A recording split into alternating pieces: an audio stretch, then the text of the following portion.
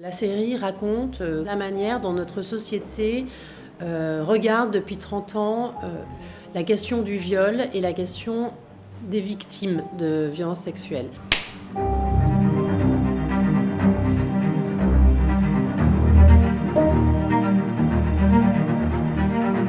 La première fois que j'ai entendu parler de cette affaire dite du violeur de la Sambre, c'est au moment où cet homme est arrêté, c'est-à-dire en février 2018.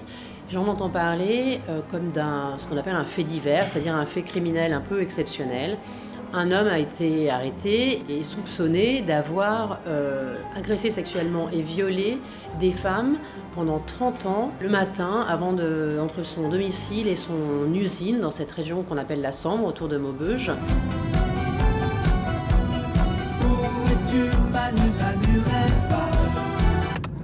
Il y a des dizaines et des dizaines de victimes et moi je ne comprends pas ce fait divers, je ne comprends pas comment c'est possible et c'est avec cette question que je m'embarque dans cette histoire. Je prends un train pour Maubeuge et je commence une enquête en tant que journaliste dans un premier temps et je vais enquêter pendant plusieurs années pour écrire un livre qui s'appelle Sambre, radioscopie d'un fait divers. Je m'aperçois que cette histoire, elle raconte 30 ans de traitement, de non-traitement ou de mauvais traitement des victimes d'agressions sexuelles et de viols en France ces 30 dernières années. Alors, la victime déclare 2 points. Je vous écoute. Ah, il faut tout que je vous répète. Oui, mais on va faire court, hein, parce qu'après on va aller faire un tour sur place, on sait jamais. D'accord. Les victimes de l'histoire réelle du violeur de la Sambre, certaines ont parlé à leur procès d'un second viol à propos de leur dépôt de plainte. C'est pas seulement le sexisme de quelques policiers ou un problème d'incompétence, c'est une mécanique à laquelle beaucoup de monde participe dans la société. Les dysfonctionnements de la justice ou de la police, à quel point le viol est une question politique ou pas. Et donc je pense qu'on a essayé d'être relativement nuancé sur la question de la manière dont la police a pu accueillir la parole de ses victimes.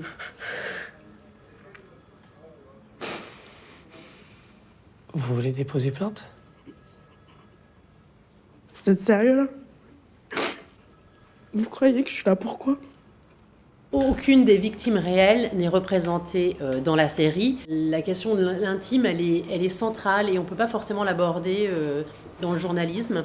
Et la fiction, on le fait par des personnages qui sont inventés, et notamment celui des victimes et de la victime principale qui est au cœur de cette série, le personnage de Christine.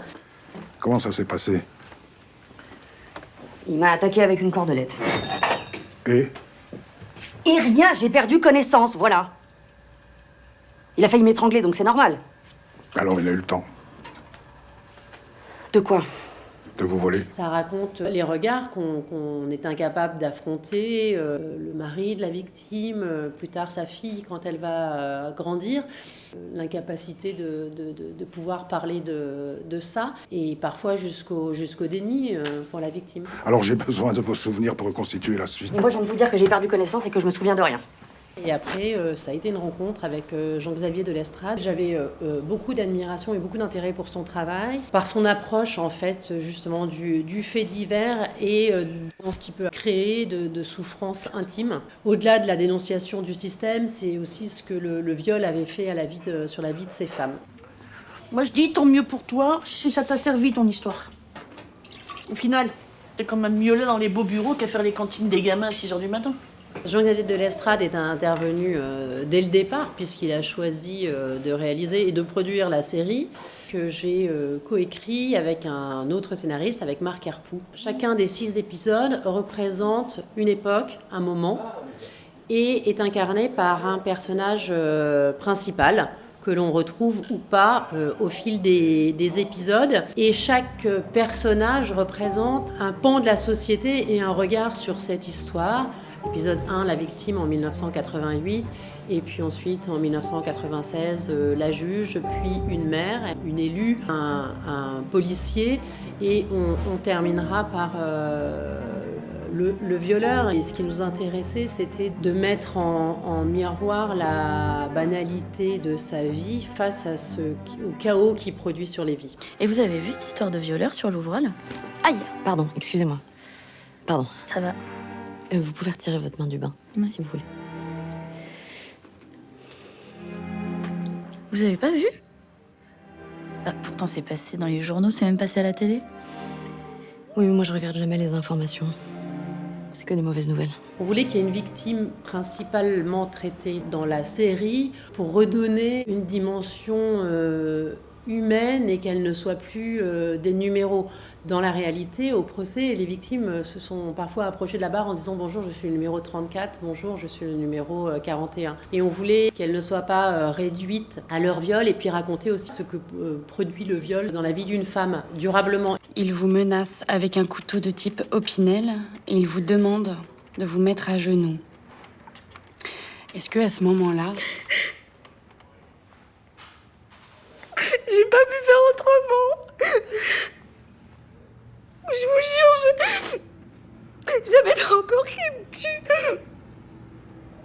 Dans cette société dysfonctionnelle, on voit que le salut ne peut arriver que par des individus qui ont un supplément de quelque chose, un supplément d'âme souvent, parfois de compétences, des gens qui ont une lucidité, une humanité sur ce sujet, qui vont réagir autrement à cette question et qui vont effectivement permettre aux choses d'avancer, au regard de changer, et puis, in fine, peut-être à cette affaire d'être résolue et cet homme arrêté. Montrer ces personnages qui sont moins sombres que cette histoire, qui l'éclairent par ce supplément d'âme qu'ils ont. En fait, ces personnages, ce sont des grains de sable dans une mécanique de l'échec.